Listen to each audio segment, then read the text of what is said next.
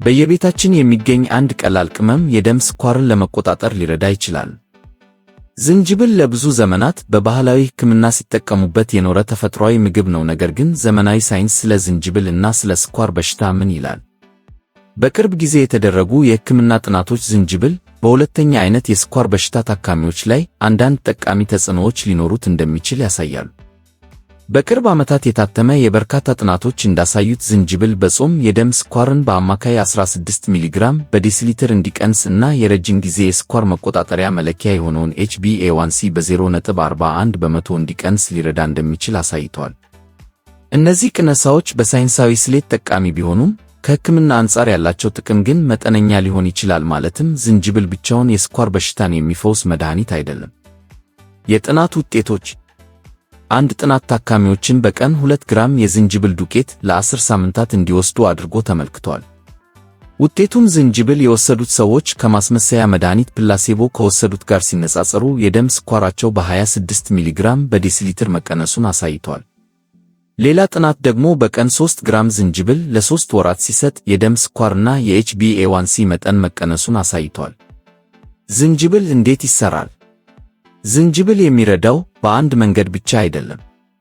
በውስጡ የሚገኙት ጂንጀሮል፣ ሾጋኦል እና ፓራዶል የተባሉ ንጥረ ነገሮች እብጠትን የሚከላከሉ እና ኦክሳይድን የሚቀንሱ ባህሪ አላቸው።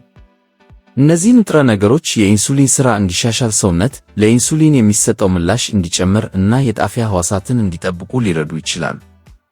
አንዳንድ ጥናቶች እንደሚያመለክቱት ዝንጅብል የካርቦሃይድሬት፣ የዱቄትና ስኳር ይዘት ያላቸው ምግቦች መፈጨትና ከምግብ ወደ ደም የሚገባውን የስኳር መጠን ሊቀንስ ይችላል። ይህም አንዳንድ የስኳር በሽታ መድኃኒቶች ከሚሰሩበት መንገድ ጋር ይመሳሰላል። ደህንነት እና ጥንቃቄዎች በጥናቶች ውስጥ በቀን ከ1 እስከ 3 ግራም የዝንጅብል ዱቄት ከ8 እስከ 12 ሳምንታት ጥቅም ላይ ውሏል። በአጠቃላይ ዝንጅብል ከፍተኛ ደህንነት ያለው ቢሆንም አንዳንድ ሰዎች የሆድ ምቾት ማጣት ወይም የጨጓራ መቃጠል ሊያጋጥማቸው ይችላል። ጠቃሚ ማስታወሻ፣ ዝንጅብል ደምን ከሚያቀጥኑ መድኃኒቶች ጋር ሊገናኝ ይችላል። እንዲሁም የደም ስኳርን ሊቀንስ ስለሚችል የስኳር በሽታ መድኃኒት የሚወስዱ ከሆነ ሐኪም ማማከር እና የደም ስኳርን መከታተል ያስፈልጋል። በመጨረሻም ዝንጅብል የደም ስኳርን ለመቆጣጠርና የኢንሱሊን ሥራን ለማሻሻል ተስፋ ሰጪ ተጨማሪ እገዛ ሊሆን ይችላል። ነገር ግን የስኳር በሽታ መድኃኒቶችን አይተካም። የተሻለው የስኳር በሽታ ቁጥጥር የሚመጣው ከጤናማ አመጋገብ፣ መደበኛ እንቅስቃሴ፣ የታዘዙ መድኃኒቶች እና መደበኛ የሕክምና ክትትል ጋር ነው። ዝንጅብል ሊረዳ ይችላል፣ ግን ፈውስ አይደለም። ሳይንስን በመከተል ጤናውን ይጠብቁ።